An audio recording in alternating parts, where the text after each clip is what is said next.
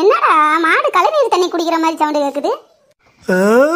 மாடெல்லாம் கழனி தண்ணி குடிக்கல, நான் தான் ஒரு தக்காளி எடுத்து சாப்பிட்டேன்.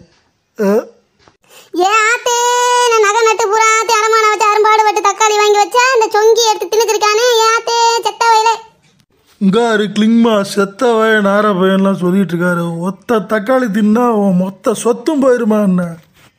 ஏண்டா ஏலே சொங்கி, நீ கிட்ட கேட்டுக்கு உனக்கு சொத்து வேற வேணுமாக்கும்? ஏண்டா ஆந்திராவில் கேள்விப்பட்டியாடா தக்காளிக்காக ஒரு உயிரே வெட்டி கொண்டுட்டாங்கடா.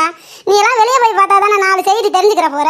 வீட்டுக்குள்ளே சமையல் கட்டை சுத்திக்கிட்டே இருக்க, பூனை மாதிரி ஏதாச்சும் திங்க கிடைக்குமா அப்படின்னு. என்னது, தக்காளிக்காக ஒருத்தர் செத்து போயிட்டானா? எப்படி கிளிங்மா?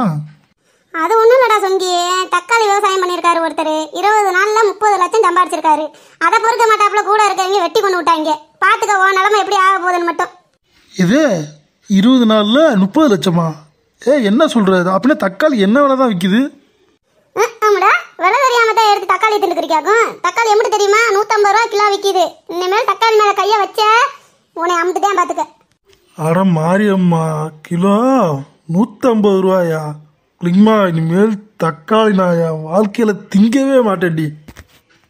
இங்க பாருங்க மக்களே, இந்த மாதிரி சொங்கியெல்லாம் கல்யாணம் பண்ணிக்கிட்டு நான் படாத பாடுபட்டுக்கிட்டு இருக்கேன். அப்படியே எங்க சேனல் பிடிச்சிருந்தா லைக் பண்ணுங்க, ஷேர் பண்ணுங்க, கமெண்ட் பண்ணுங்க. தேங்க்யூ.